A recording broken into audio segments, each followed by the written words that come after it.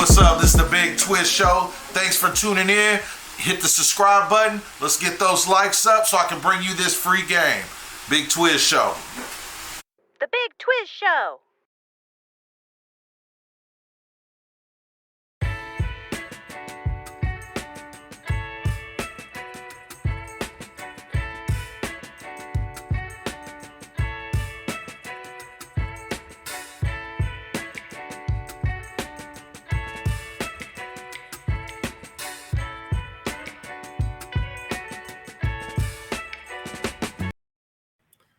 Hey, everybody, welcome to the Big Twizz Show. I got a treat for you guys. Man, oh man, check it out, check it out, check it out. First of all, get on there, like, subscribe, share. Let's get these notifications going out. You're on the Big Twizz Show. Thank you for viewing. Hey, I got a special treat for you guys this evening. We got a national touring comedian. Man, he's been on Showtime, MTV, Fox, TV One. He's also shared the stage with Robin Williams, Bruce, Coco Brown, Michael Blackson, y'all, Robin Williams, y'all, much more. You know, he's been, excuse me, guys, he's been doing this over 2 decades. Over 2 decades. I want to introduce everybody to the comedian, Mr. Kul Black. What's up, man? What up, what up, what up? Hey, good to see you, Big Twizz. How you doing, my brother? Man, I'm just peachy there, guy. How you doing, man? How's everything going with you? Man, it ain't too bad. You know, after the winter tour, kind of got a little cough from the cold air and everything. I'm still getting over that a little bit, but I'm all right. I can't complain. Right. Oh, man, good to see you, man. Thank you for coming on the platform, the Big Twizz Show, man. You know, Mikasa Sukasa, thank you for coming, you know. That's what's up.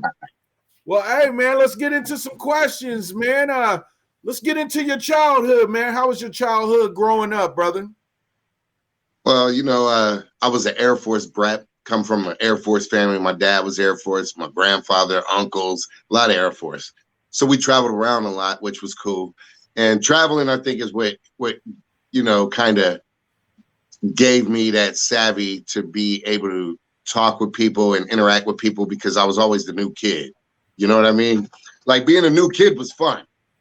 One of the coolest things about being a new kid, you could wear your old clothes, but they knew to everybody else. So you always was fresh. And being a new kid, that meant there was a bunch of new girls. So you know, girls in the but world traveling ain't nothing but trouble. Yeah, so being a new kid was fun, and I enjoyed that growing up. But you know, it did stunt certain things. Like I never really had those lifelong friendships, you know, until I got older. Like every couple of years we'd move, and there goes my best friend. I would always have one best friend wherever we traveled to, you know. Right. But then we'd move and I'd have no friends no more. So my little brother was my best friend. Right. Is that me? Oh, thank you, God. That'd be you. You was my first best friend and my first best enemy. Man, best friends like you, who needs enemy? You used to whip my ass a lot, man. Ain't that a bitch? Well, okay, I'm gonna tell your audience something about us growing up. So there was 3 of us. It was me, Big Twizz, and our sister Angie. She was the oldest. And our sister Angie, she could fight. That bitch had hands. Like, she didn't fight girls. She fought the boys in school. And I don't mean like elementary. I mean like junior high and high school. Nobody used to mess with her. She kicked my ass. I was 12 years old. That's They were the worst hand-me-downs too. When you got to get a hand-me-down bike from your sister, it had the little sissy bar. You just riding that mud with the big tassels and the banana seat and the sissy bar. You ride.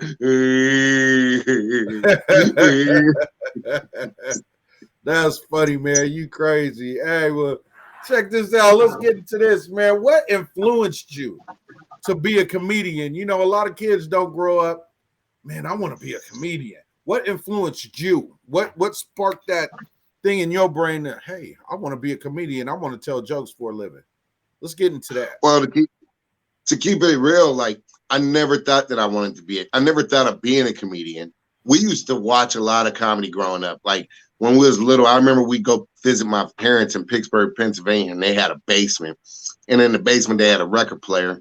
And all the kids, we'd go down there, me and my other cousins, and we'd go down there and we'd listen to like Miles Mabley albums. And she would say some crazy shit, and Red Fox albums. And he had this one called Wash Your Ass. And that was the name of the album. So it was like, wow, we got to hear this shit. And then we'd listen to Richard Pryor and stuff. And we'd be listening to these comedy records on low. So we'd be down there quiet, but every now and then we just start laughing. They'd be like, y'all better not be listening to them records. But, you know, and comedy was just funny. And then, you know, as time changed and technology got better, you know, you could go to the movies and you might see, I remember seeing, what was it, Eddie Murphy Raw in the theater. And my dad took us to the theater to see Eddie Murphy Raw. And I was junior high age, but man, that was like the most amazing shit ever. And then they came out with VCRs, and man, we was able to watch like Delirious. The original Eddie Murphy stand-up was Delirious. That came out on HBO. And it was huge. It was like, he was big, pretty much as big of a star as Michael Jackson. Not quite as big, but damn near, you know. Michael Jackson made the world stop for the Thriller video. But, you know, so I grew up watching comedy. I grew up watching, you know, even Red Skelton. And this is probably some of the comics you don't remember. But when we was younger, there was only 5 fucking channels. Can I cuss? Man, do what you feel, man. Just keep it to a minimum. There we go. But there was only 5 or 6 channels, so you had to watch whatever came on TV. So I Love Lucy and you know, all that stuff, and the Honeymooners. We watched all that stuff when we was little. And Lucille Ball was actually a funny comedian, you know. And then you know, you get older and you see all these comedians, and I loved comedy, but I never thought of being a comedian. But me and my friends used to play the dozens or crack or snap or whatever you call it. We used to call it snapping on each other or cracking on each other. And we would always crack it. And I was always one of the best. Like nobody, every now and then somebody might get me on hush. But most of the time I would go so relentlessly with that shit. You remember snapping at the lunch table? Oh man, you know, if we wasn't beating on the tables rapping, we was snapping. If we wasn't rapping, we were snapping. True, that is so true. That's how it was. Like, you know, and we grew up in such a cool era, and I consider the area like it was on the cusp of technology and the digital world and the analog world. So we were around when the microwave came. We were around when digital, like the telephones had buttons instead of a big dial, and you know, we got to see the first computers, the Apple IIe, and playing Oregon Trail and Coleco and Atari and Nintendo, and then you know it moved up to PlayStation, and, you know, so we got to see all this technology grow, and we were at an age where we were able to grow with the technology, which made it cool. So that's why you have some men my age in their late 40s still play video games. Excuse me. But we grew up on that, you know, but we also grew up on this one game that everybody used to love when I was a kid called Outside. Hey,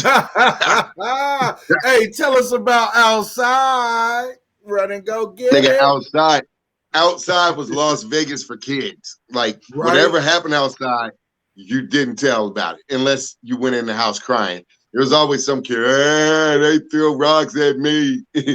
But you know, outside. Man, you just gave me flashbacks, man. Yeah, that was the place to be. Like, man, we didn't have no name for it. What you gonna do? I'm gonna just go outside. I'm gonna go outside and play. Mom, can I go outside and play? You know, and there was one rule to outside, basically. Well, 2 rules. There was a couple rules. One rule was don't keep coming in and out of my house. That's when you discovered letting the air out. That's when you discovered all you needed was gravity to pee. And then another rule, the other main rule outside was you better bring your ass in this house before that street light come on. Yep. You know, we grew up like what? Haywood in the Heights, Del Paso Heights, Sacramento, in the Manors. Yeah. You know, back and Yeah. forth. We lived in the South area off Bamford Drive. Yeah. Colorado. Man, Yeah. we've been a lot of places, man. We lived in a Colorado, lot New of different York, places. California. Right. Yeah, you was born in New York. Right. Yeah, right. you're too young to. It's funny. It's You three were of too us. young to really remember the city, though. Right. You know, it's funny. It's three of us. One born in let's see, one born in California, Sacramento. one in Colorado, one in Yep. New York. From the Yep. West to the And Midwest to I'm the the East Colorado Coast. baby. Right. Yeah. Right. Shit. Well, yeah, it's the West, the Middle, and the East. We was Right, born across right. the country. Right. That's dope. That's dope. But look, check this out. Let's get into this. I got some questions for you, man. I want to know, with you being a comedian, how did you feel the first time going on stage, man? Like, how was that energy? Like, did you have people laughing or just looking at you? Like, give me that experience. Give my audience that experience you had. So when I first finally decided to do stand-up, I didn't really decide. Everybody around me always used to push me and tell me, "Oh, you funny, you should do comedy. You funny, you should do comedy." And I never thought of myself as a comedian. I wanted, growing up, even as a kid, I always wanted to be famous, but I didn't know what I wanted to do. I always wanted to, I won't say famous, I always wanted to be an entertainer. Me and my little brother used to lay in the bed making up songs, making up raps. Like we were both super creative, and we always wanted to do something. And but everybody would always tell me I was funny and I should try comedy and I should try stand-up. Well, my big homie Larry, 6'10", Larry Mayweather, shout out. What's up? He was like, what's man, up, Larry? Shout out to stage. Larry. Yeah. He was like, if you don't get on stage, I'm gonna throw you on that motherfucker. And he's 6'10". That's a big 400 dude. pounds. But so my boy Aaron, his girlfriend, I can't remember her name. We used to call her Big Country, and the chick I used to date, we used to call her Little Red. Jessica, shouts out. They found an open mic, and everybody was like, all right, you're going to do this. So the first open mic I went to, like, I don't know, I might have had 20, 25 people there. I had hell of people there because everybody was like, oh, this has got to be funny. And I was nervous about it a little bit, but I was comic number 12. So the first 11 comics basically went. First 10 comics, I would say, they went. And they sucked. Like, everybody who went up was so bad. Everybody sucked. Like, they were terrible. And now I say open mic is the amateur night, but I just couldn't believe there was that many people who wanted to do stand-up. And I couldn't believe there was that many people that sucked at it. So the first 10 was terrible. So the guy that was running the show, and this was at Laughs Unlimited, downtown Old Sac. Shouts out to Laughs Unlimited, my home club. Jenny is one of the greatest club owners, and she cares about comedy. She cares about bringing new talent to the stage. She's one of my favorite people. Thank you. I appreciate y'all for being there for me for all these years. Shout out to Jimmy. Jenny at Laughs Unlimited. Laughs yeah, and then Jenny, shout out. Yeah, so then so the host, he was Del Van Dyke. He was a comic veteran. He did Comic View and a bunch of stuff. And he comes to me and says, hey, we have this comic who, he's a working comic and he wants to do a guest set. So I'm gonna bump you. I'm gonna let him go up and then you'll go up after him. I was like, all right, that's cool. I'm hyped because I know I'm gonna kill it because everybody sucked. So number 11, Mikey goes up. Right. So Mikey Winfield, look out for him. Shout out to Mikey Winfield. He's hilarious. Shout out to Mikey. Hey, he's got a special on, I believe it's on, what's that? The one with the check mark, Amazon Prime, I believe. And I believe, I'm not 100% sure, but I know he has either the runner-up or he won American Idol this last season.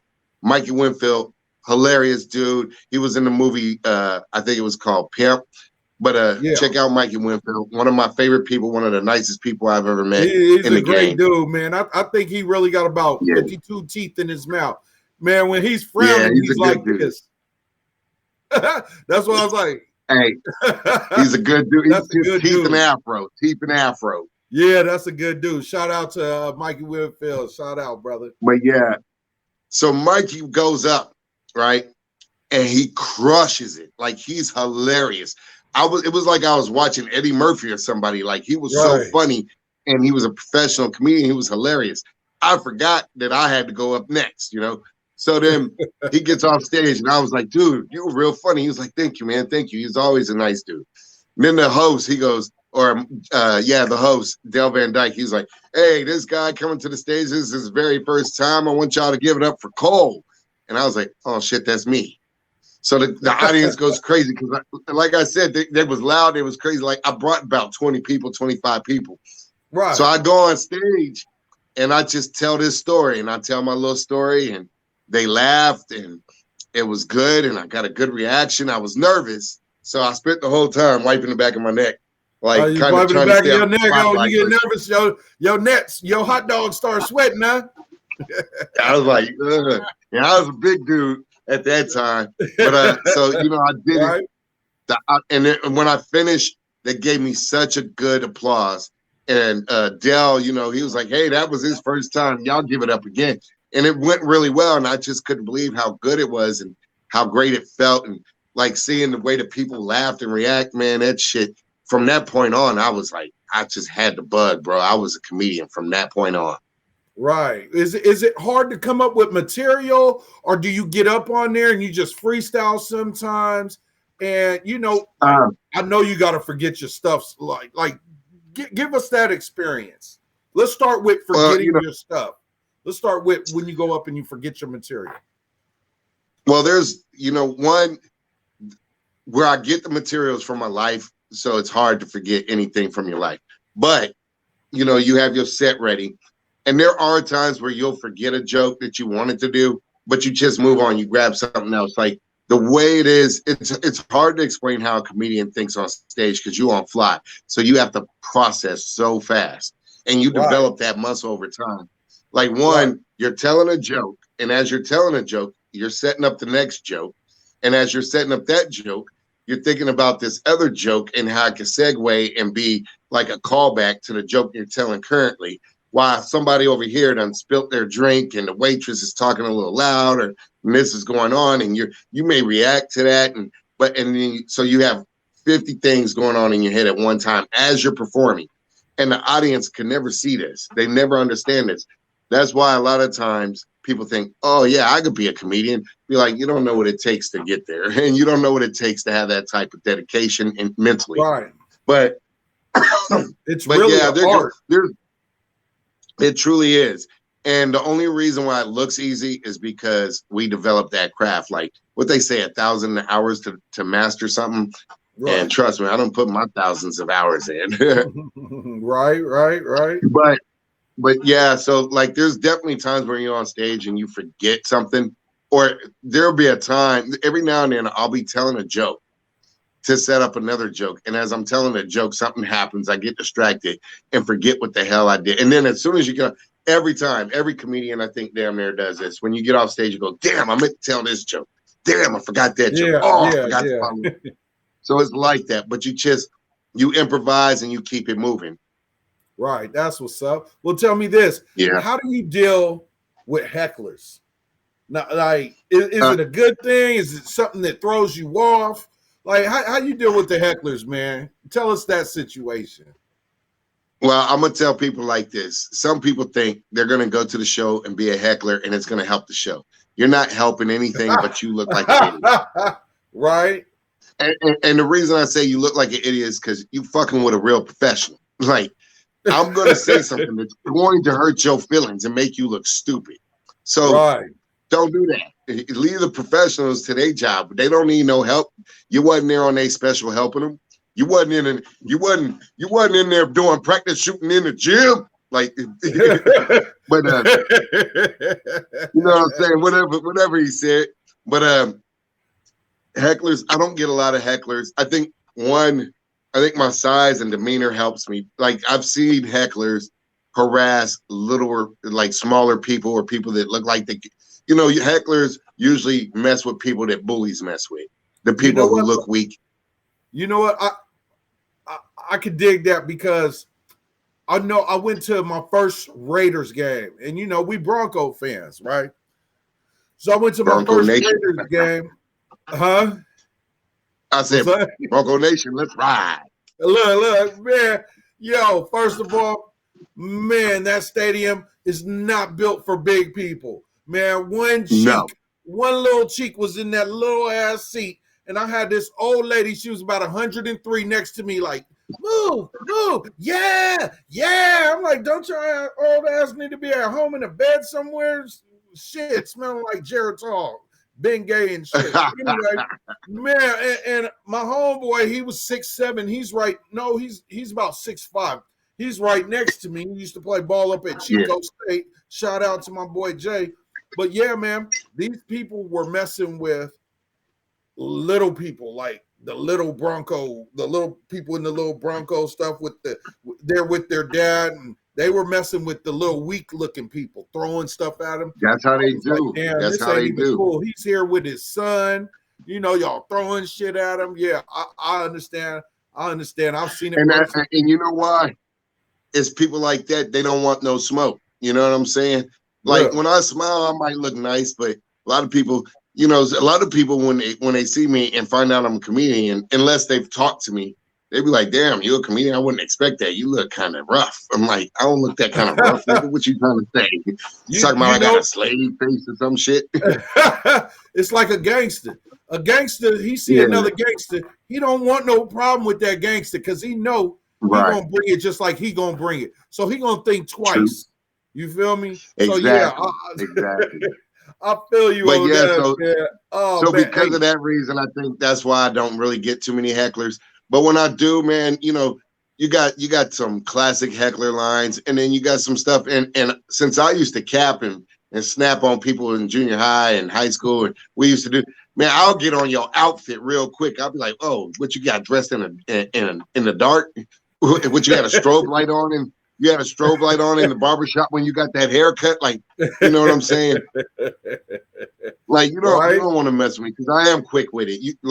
You asked about going off the top of your head, and we call that, riffing. And I'm a good riffer. Like, I can come up with shit off the top of the head all the time, So but a lot of times, early on, when the audience would be quiet, it used to like worry me. But then somebody told me they quiet because they're listening to what you're saying. Right. That makes sense. Right. And then the next time I got that kind of quietness, I realized I had everybody on the seat of their pants waiting for this punchline or listening to the story. And I have really great stage presence. And I think it's because I've been entertaining since I was 20, so that's like pretty much 3 decades. I've been doing stand-up for almost 20 years, 18 years, 2 decades, damn near.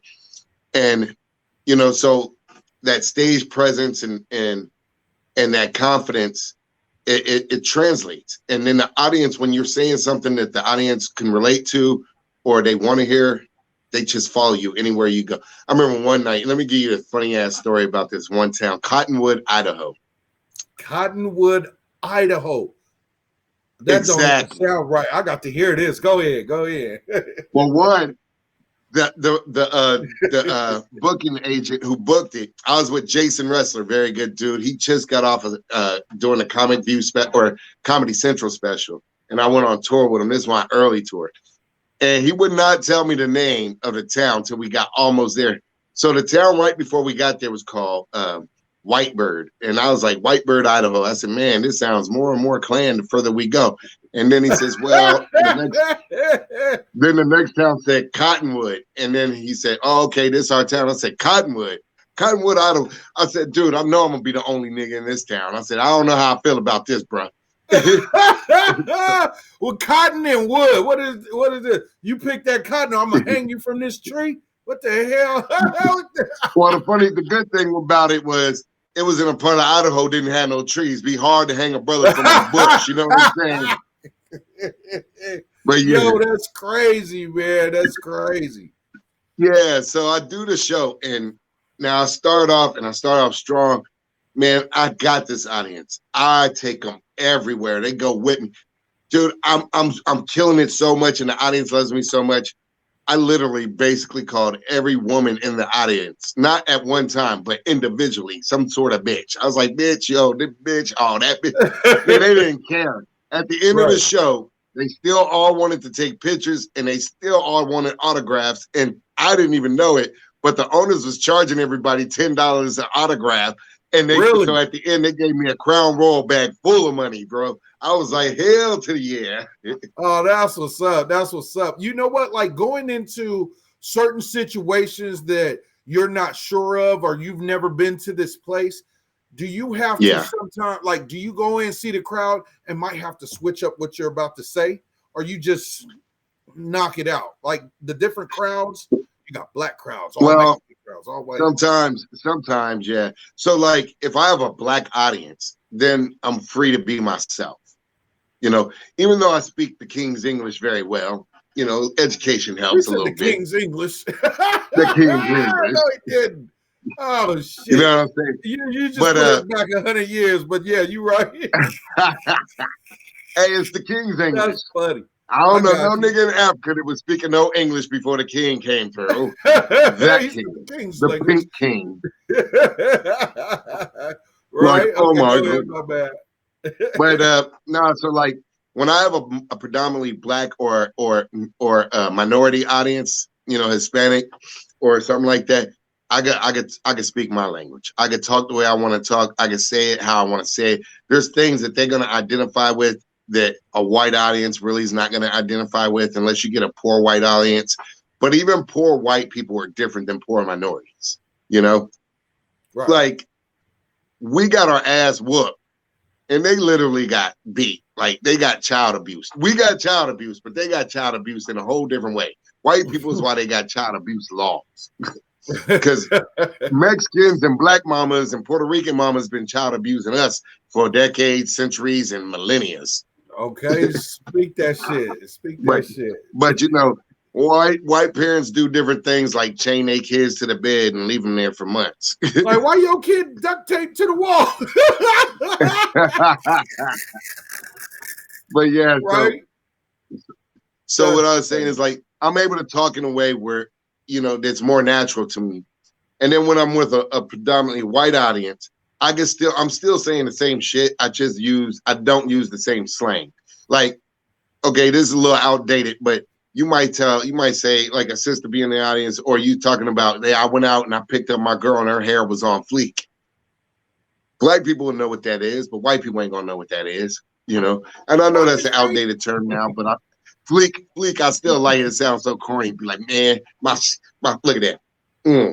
My Ralph Lauren jacket is on fleek. Oh, right. Feel that. What is that? That's beautiful. What is that? Velvet? Right. But yeah, so I do tweak it a little bit for the audience. And then you also have to tweak it for what they're responding to.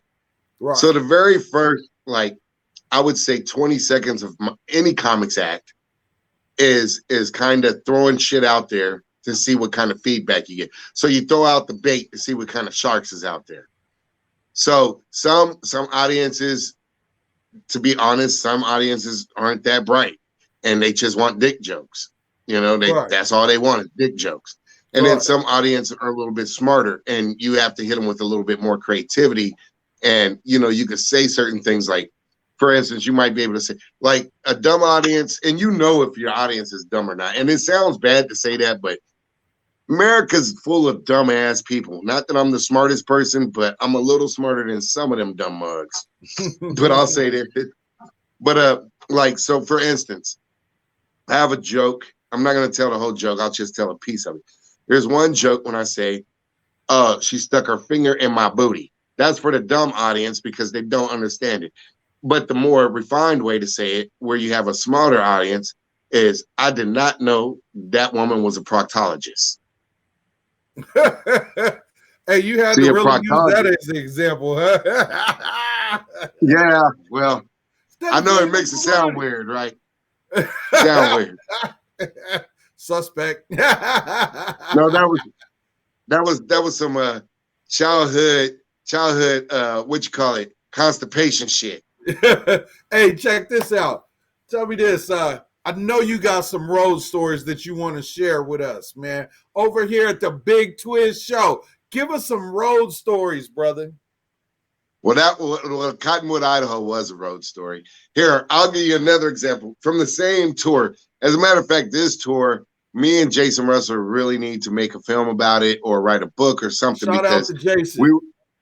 Yeah. So y'all check out Jason Wrestler on YouTube, Facebook, all that. He's a funny cat. He's one of my favorite dudes. One of my true brothers, man. But me and this cat, we went on tour for like 3 straight months, and he said it was going to be a small town tour. And I was thinking, okay, cool, Stockton, Pueblo, something small like that, right? Yeah. No, Negro. We was talking about population 1,500, population 10,000. Like we were doing I don't think we did any town that was over 20,000 people. Right. So every town we went to, I was the Negro. There was this one place.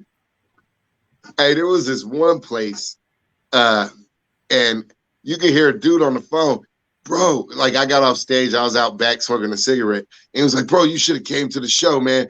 Oh, he had his bodyguard up there, and the bodyguard was even funny. Like, really? Because I'm big and black, I gotta beat a bodyguard? What kind of bullshit is that, right? But let's see.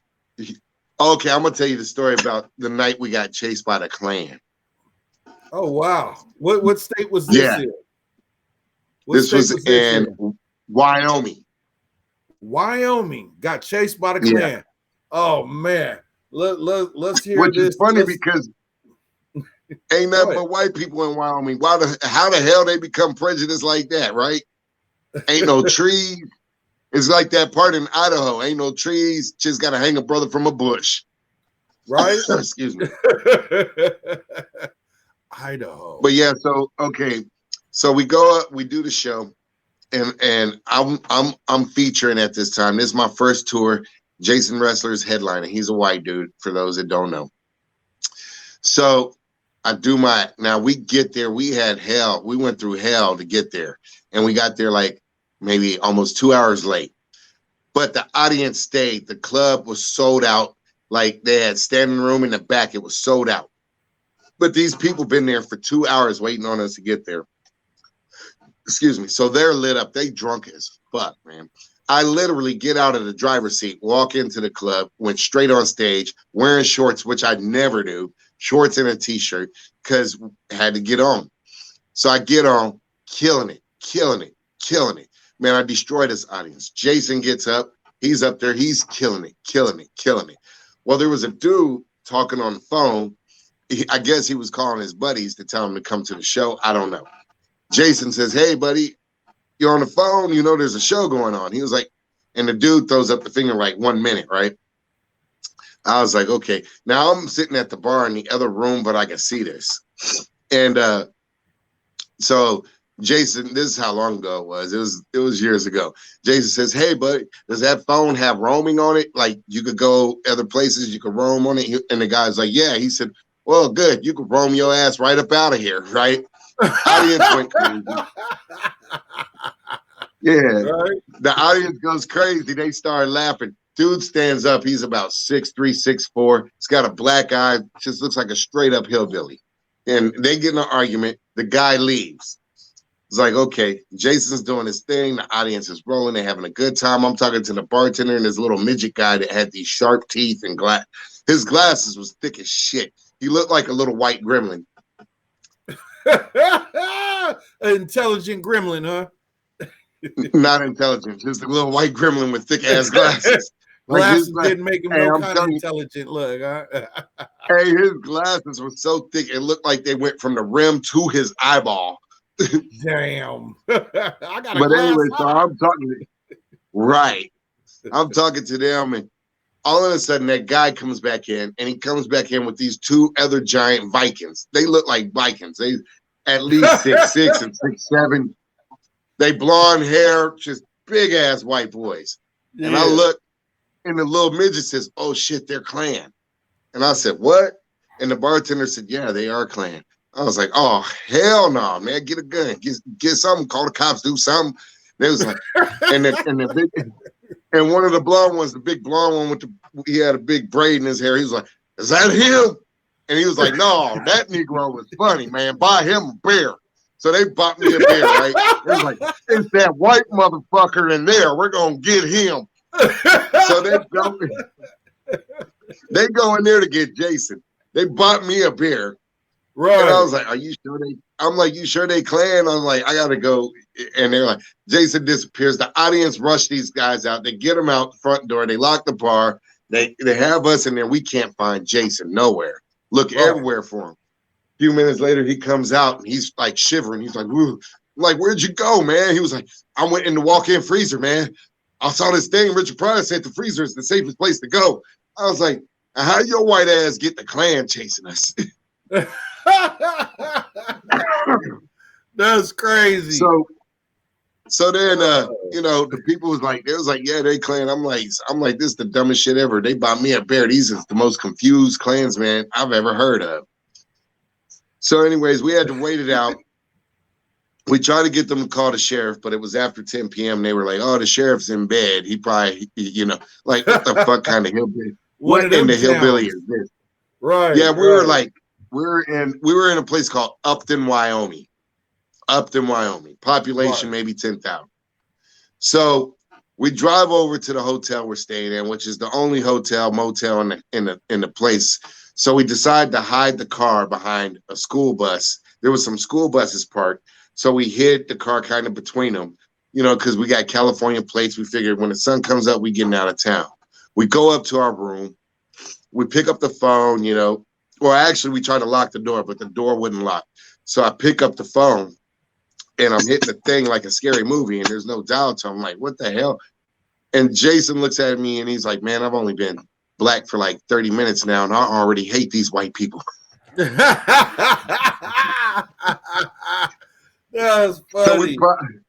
So there was a little room between like the wall and the entrance door. It was like a little foyer or whatever.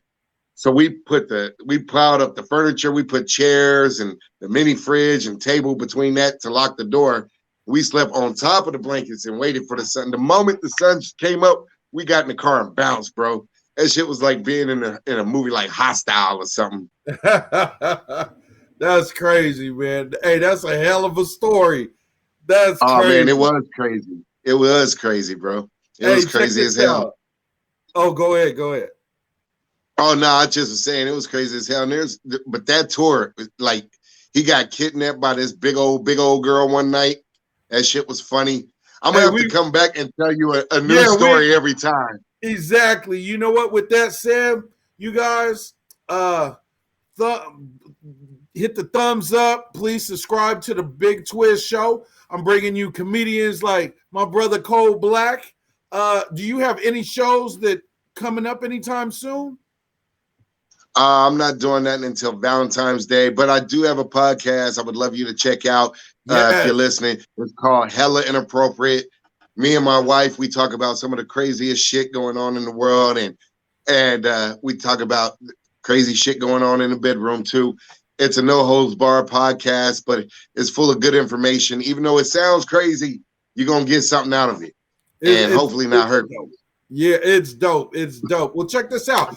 I still got a couple of questions to ask you before you leave, but right now, we're going to go pay these bills, throw a commercial out there. You guys, go to YouTube, The Big Twizz Show. Look up my new video. It's called Saturday After Next, the weed song. Check it out. We're going to go to this commercial break, and we'll be right back, y'all. Hey.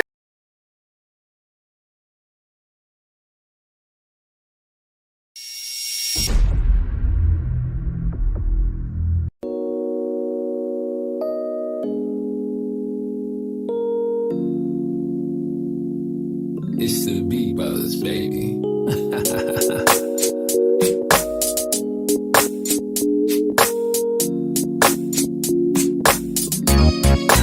I love my weed, yes indeed. Get your lighters, let's go smoke. If you coughing, pass that joint. I love my weed, yes indeed. Get your lighters, let's go smoke. If you cough, man, pass that joint. I love my weed. Waking up in the morning, on it. It's a wake and bake session. Blowing cushions a blessing. Get my rubber dub on. Spray on some Shine cologne. Open my closet like hello. BYOC apparel. Step out my door and feel the sun rays. How you doing, Miss Parker? Hop in my Lolo. Blowing cushion my photo. Visine for my eyeballs. Cause I'm looking real high, y'all. Drop the top, get my cruise on. This a low session song. Yes, indeed. Get your lighters, let's go smoke. If you coughed and pass that joint. I love my weed. Yes, indeed. Get your lighters, let's go smoke. If you coughed and pass that joint. I love my weed.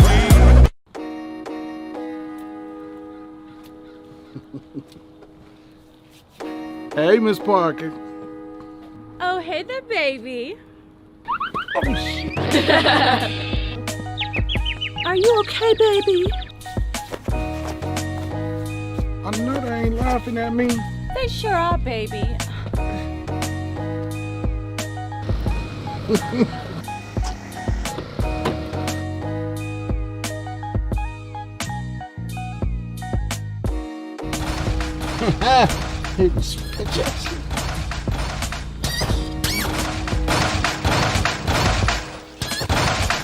Man, fuck is hot.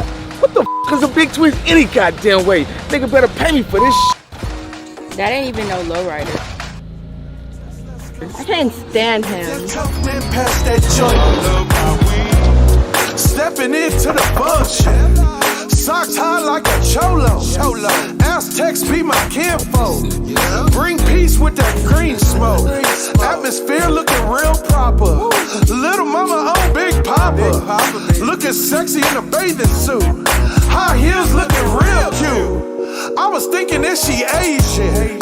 Eyes heavy cause she blazing. She looking so amazing. Her blood start to finish. Now she wanna puff my spinach. I'm sorry, it's COVID. You gotta roll your own shit. I still love you, don't trip. Yes, indeed. Get your lighters, let's go smoke. If you coughed and pass that joint. I love my weed. Yes, indeed. Get your lighters, let's go smoke. If you coughed and pass that joint. I love my weed. Roll that shit, light that shit, smoke it. Roll that shit, light that shit, smoke it. Roll that shit, light that shit, smoke it. Roll that shit, light that shit, smoke it. Ha ha ha. I'm high than a motherfucker, man. It's the Beat Brothers, baby.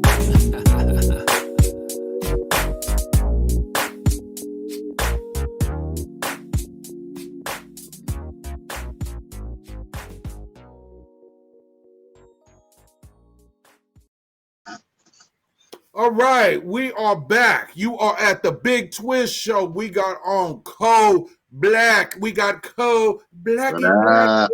What's cracking? Hey. Hey, Like hey, Raj, or like hey, good man. times. Was it not good times? What's happening? Hey. Hey, we got Kul Black in the building. Yo, check it out, man. Got a question for you. Man, you've been doing this for 2 decades. My brother, I got to know, how do you juggle being a comedian and family life? How is that? Can you please elaborate? That's a great question. You know, I'll do a lot of interviews, like radio interviews on, for the radio station. We do a lot of interviews, and they always ask the same questions. And that question right there, I don't think I've ever been asked. And that's an excellent question. Thank you for asking that. But but you know what? So I do have a daughter who's 21. She's an actress now. She goes to school in Chicago. She's probably going to transition, and she's about to graduate. Love you, Soraya. You do an excellent job. I saw you I saw you in the background doing your background work on Chicago Fire. And I was like, is that my daughter? That looks like my daughter. And then I got confirmation it was. I'm proud of you, baby. Keep doing your thing. But she told me we a showbiz family when she was little and got her first check for doing a play. That shit was so funny. She was like 10. Shout out to Soraya. Yeah. Gillis. You know, it really wasn't easy. You know, when I was younger, I was really chasing it. You know what I'm saying? Chasing my dream, so to speak. I remember. And the way the way I was thinking about it was more selfish, and I didn't realize this until real recent. Like maybe within the last year, I realized this is that it was selfish. Like at the time, I was telling myself, I'm doing this, I'm sacrificing these things and doing these things so that I can make what I need to make the living I need to make to take care of my family. And if I have the money to take care of my family, I could be a better father to my kids. Not that I was a bad father, but I wasn't an absent father, but I did tour a lot. And I really submerged myself into entertainment like 100%. That was my 100% focus. I was very creative. I still am. And I wrote a lot. I did a lot of writing. I did so much writing and touring and everything. And I was feeling like I was doing it for my family, but I really was doing it for myself. I was doing it for my family too. And of course. But at the time I was doing it for myself, then my family. And I didn't realize that. And I'm sorry to my daughter. I'm sorry, Soraya, for not seeing it that way. But as a young man pursuing a goal, a dream, and having a career, sometimes you don't think in that mindset. When you get older and you're able to reflect on your life and understand things differently, you see things differently. You grow as a person. But you know, I talked to her on a regular basis. We used to Skype a lot on the phone or on the laptop or whatever. And it just was kind of a game. Like, where's Daddy tonight? Like, where's Carmen Sandiego? You know, I'm in this city. I'm in this town. It was different. But the time that we did spend together, what I did with that time is I tried to focus it on memories and not like trying to be the Kool-Aid dad. I wasn't trying to like pay for love. Like, oh, let me buy you a bunch of gifts. No, we would spend time together. We would take walks. We would play games. We would talk. We would, as a matter of fact, I remember, you know, I was there too. I remember. Yeah, you know. Yeah. So I like to do family things. I remember you had this house that had this backyard that was like a park with a basketball goal and everything in it. And it was a real one, not one of those fake ones that you let up. It was a real basketball park. Right. Yeah. And we'd have all our kids together and family around. And I always submerged her with the family. Get the fuck away, Henry. My bad. Stupid cat. This is a Negro that has cats, y'all. No, my wife has cats. I got potential Chinese food. Oh, that's racist. I'm gonna get canceled for that. Y'all better bleep that. we love Chinese people, man. We love Chinese people. Shout out to China. Yeah, let's get off that before we get canceled. But anyways, for real though, you know, so I would try to keep my kids around family and just make those memories, camping, hiking, bike riding. Me and my daughter, one of our favorite things was to go to Six Flags and ride the roller coasters. And she was my roller coaster buddy, man. We would ditch any group we were with, we would ditch them and go ride all the roller coasters. And, you know, she was into the arts since she was 4. I introduced her to video when she was 4.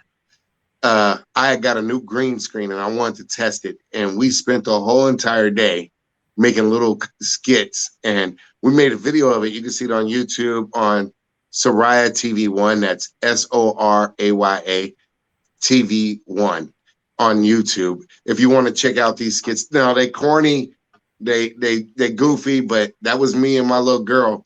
And she always wanted to go on stage with me. And I was like, well, you know, I do comedy. I said, I'll tell you what, if she would write all these little plays and stuff. And I said, if you write a play that I think will work, I'll tell you what, I'll rent a theater and you and I will perform it together. So she wrote a little sketch comedy piece called, what is that shit called? It's on YouTube. I can't remember the name of it, but it just, I got a blank. But anyways, it was kind of like Who's On First, but it was about pie. And it was really funny. So she wrote the whole thing, but she couldn't figure out how to come up with an ending. So I wrote just the ending. She wrote everything else. And she was probably 10 or 11 years old. Do you remember that? And yeah, I rented out. Yeah, I rented out a small theater. I made flyers and posters, but I set it up as an open mic because this was only maybe a 5-minute sketch comedy piece, you know. But it was, to her, it was a play, and it was big. And we got on stage and we performed it. You can see that on Soraya TV 1 on YouTube, and that was her first. I think that was her first live audience performance. No, it wasn't, because she did a play at 10 called The Nature Line, and she was really good. An actual play in San Francisco, and she ran the whole summer and got her first paycheck. And she called me and showed me the check and said, "We're a showbiz family, Dad." You know, and that made me proud. So, you know, I always tried to do things with my kids to create memories, you know, whether it was playing flag football at the park or kickball or, you know, just whatever, those types of things to create memories. Because the one memory I have with my dad is me and him rehabbing a swing set. Like, we sanded it down and painted it. And that's the one real memory I have. Like, everything else, it really wasn't too much. It didn't really mean shit to me. But that memory means something to me. So that's what I tried to do to balance that. But it was tough to juggle the two. Right. Well, yeah, man, that's even big of you to bring that up, man. I salute you. You know, I was there. I seen how it was, and you know, we have to figure out what makes us happy so we can be better fathers. And it was just a big step for you to not working to follow your dream and go out there and get it and to do it for so long, you know. About being so, you know, we live and we learn. You know, everything we do is for our kids, and they don't really understand that yet. But once they have kids, they will. You know. Definitely. Yeah. Shout out to Soraya Gillis, man. You're gonna see her on the big screen. She's a wonderful, wonderful little young lady. You know. Great actress. Yeah, man, she's such a good actress, dude. Let me tell you this. So we used to do like little stuff together. And the last time we acted together, we were doing a little piece, a little sketch piece. And her acting was so damn good. I got caught up in it and forgot what the hell I was doing. And I was like, I can't act with her no more because I'm not that great of an actor. I'm okay, but dude, like her acting was so good. I thought the bitch was the bitch. You cut that. You know what I mean? Because she was playing a mean person. She was playing this evil bitch. And I was like, whoa, nigga, she scared the hell out of me, bro. Hey, you know that's good acting when it makes you forget. You know what I'm saying? Yeah, I believe she was that big. Hey, shout out to my beautiful, wonderful niece, Soraya. Check this out, man. We are going to be, please let everybody know. Well, you know what? Before we let everybody know, let's play the Big Twizz game. You ready for the Big Twizz game? Ba-da-ba-ba-ba. Wait, that's McDonald's. I'm hungry. Don't do it. Hey, it's all good, man. We on the Big Twizz Show. Everybody, hit them like buttons. You know what I'm saying? Please subscribe so we can get this out. You know, we have comedians. Thumbs up. We got comedians, herbalists. We talking about Black history. We're talking about history, period. We talking about how Blacks are indigenous to the Americas. Man, I'm bringing it out for you. So everybody, please hit that like button, subscribe, go check out my man Kul Black. But right now, we finna get into the Big Twizz Show game. Is you ready? Right. Let's do it. All right, let's do it. Let's see. Paul Mooney or Dick Gregory? Ooh, Dick Gregory. That's a hard one, but I'm gonna go with Dick Gregory also, man. I had to think about it, but I was like Dick Gregory, definitely. I like everything he stands for, man. Right? Okay. Anita Baker or Sade? I'm gonna go with Sade. I had You the gonna go with biggest crush on Sade? her all my life. Ain't Man, nothing like I that used to watch neo her soul, concert videos so much the tape pop. right? I'm gonna go with I love you, Sade, but I'm gonna go with Anita, man. I love that voice, man, that voice, you know. But that was a hard one. Okay, you ready? New Jack City or Boys in the Hood? New Jack City. New Jack City? New Jack City. Nino Brown was a motherfucker, man. Yeah. Nino Brown was I want to bad. shoot you so bad, my pee hard. Hey, Nino Brown said, well, if I'm going down, I got a whole list of motherfuckers that's going with me. New Jack City. Oh, man, I heard that. New Jack City. Hey, Ice-T wasn't the best actor in the world, but New Jack City was the dopest flick, yo. You owe it to me. You owe it to you. You owe it to the money. that was the shit. That was the shit. Okay, check this out. Wow. You know what? I messed up. Minister Society or Boys in the Hood? Oh, I'm gonna go with Menace on that one too. Like Boys in the Hood was dope, but Menace, man, Menace was something else. Right. Boys in the Hood was like a light introduction to the hood for the world. Menace to Society was what it really was like. Right. Now, this is where I messed up, but that's okay because we're not perfect. This isn't a perfect show. Well, it kind of is. Well, you know, it's not, but whatever. Check this out. New Jack City or King of New York? I'm gonna still go with New Jack City. King of New York was dope too, but I saw King of New York after New Jack City. Yeah, but I saw King of New York after New Jack City. And what blew me away was after seeing my man Wesley Snipes beat Nino Brown, and then in King of New York he was a cop. I just couldn't accept it because he was too good.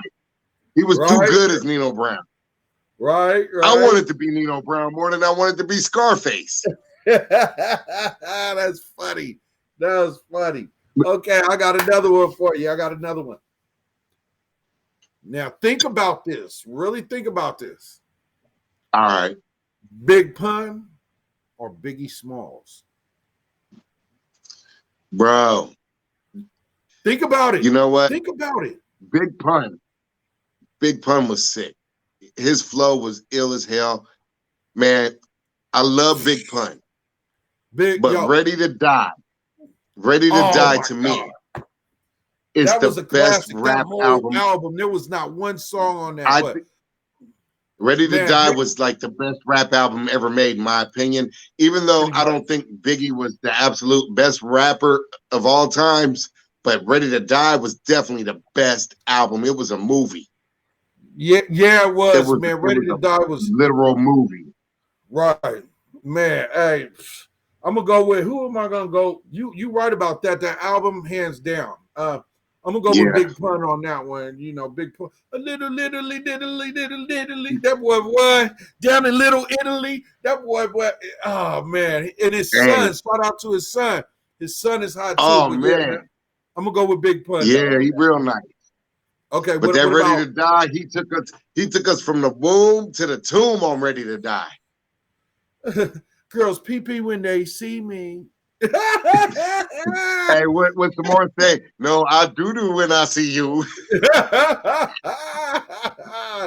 Tupac or Nas?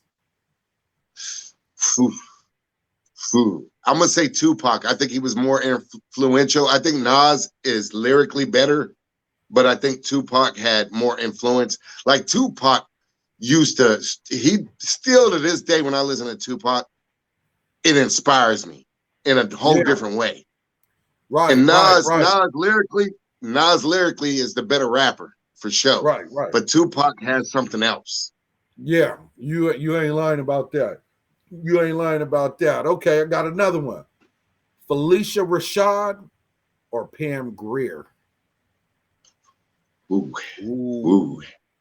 Boy, you know what? Felicia Rashad is still fine. Pam Grier still looks good. but she don't look as good as she did in Foxy Brown days. No. We talking about back then. Yeah, okay, man. Ooh. Shit. Can I have them both? Let me just have that menage, man. I heard that. Ooh. Well, you know me. You can have them both. I'm gonna give it both to you. I'm gonna give it both to you. Like me personally, it's Pam Grier personally for me. It's Pam. Yeah, I'm sorry. I gotta say this. Felicia Rashad, beautiful, but you know damn well, Felicia Rashad and Bill Cosby. Dad looked like Bill Cosby, and Mom looked like Felicia Rashad. So I just can't do the Felicia Rashad. You know what? You know that shit is true. And you know what's funny is I was thinking of her sister Debbie Allen. My bad. But okay, Debbie Allen we gonna go Debbie Allen. We gonna go. I was thinking of Debbie Allen. Felicia Rashad was beautiful, but she did look too much like Mom. And Bill Cosby really. Our dad, y'all don't know this, but our dad looked like a cross between Bill Cosby and Rodney Dangerfield. And I know that sounds weird and ugly. Like they had a baby. Yeah, I know that sounds weird as hell, but it's true. He was very much like Bill Cosby, but he looked kind of like Rodney Dangerfield. He was damn near the color of Rodney Dangerfield. For real. Hey, Dad looked like he looked exactly like Sugar Free though. Exactly like Sugar Free. Oh yeah, definitely. He looked a lot like Sugar Free too. Looked like a Puerto Rican Sugar Free. Hey, he had that good hair, light skin with the good hair. That good hair. Okay, got another one. 5 Heartbeats or The Temptations? 5 Heartbeats, man. The Temptation was a true story and a great movie, but the 5 Heartbeats, man. I think after school I watched. That was of the Dales. That was the it was based off the Dales. It was based off the Dales.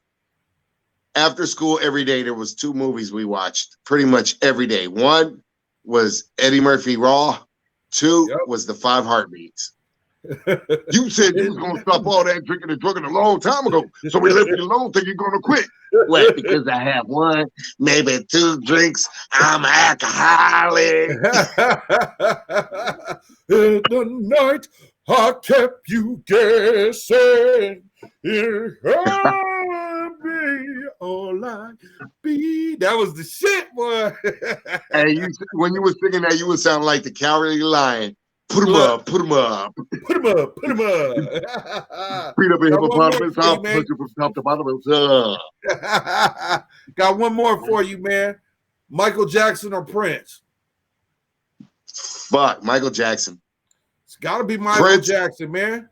Prince was incredible, but Michael Jackson's body of work, so incredible. Both of them.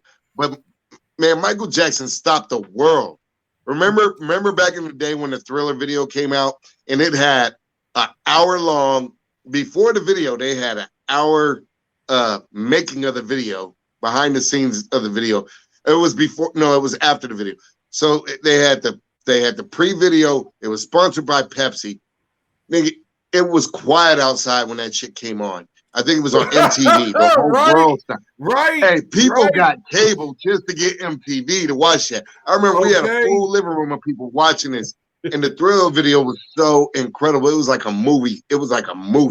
Nobody did a video like this before. Right. And he turned to, man, it was just the most incredible shit I ever seen in my life. Everybody. Right. After the video, they did an hour documentary on the making of the video. Next thing you know, we was all outside trying to do Michael Jackson, getting Michael Jackson coats, leather coat. We got to get the Thriller coat. We got to get the Beat It coat. Like Michael Jackson, the Thriller coat. The world. Remember? Yeah, hey, I had the Thriller coat. Remember, I used to play basketball in that coat. People used to laugh at me. Nigga, I used to play basketball in that coat. I used to sleep in that coat. You didn't even care though. You didn't even care. You had Thriller. You had Thriller, and I think I had the Beat It coat or something like that. Right. But you know what? I had the one with all the zippers. I can't remember this lady's name. I want to say it's something with an F. I'm so sorry if you see this. I'm so sorry. The lady that played as his lady interest in the Thriller video. Yeah.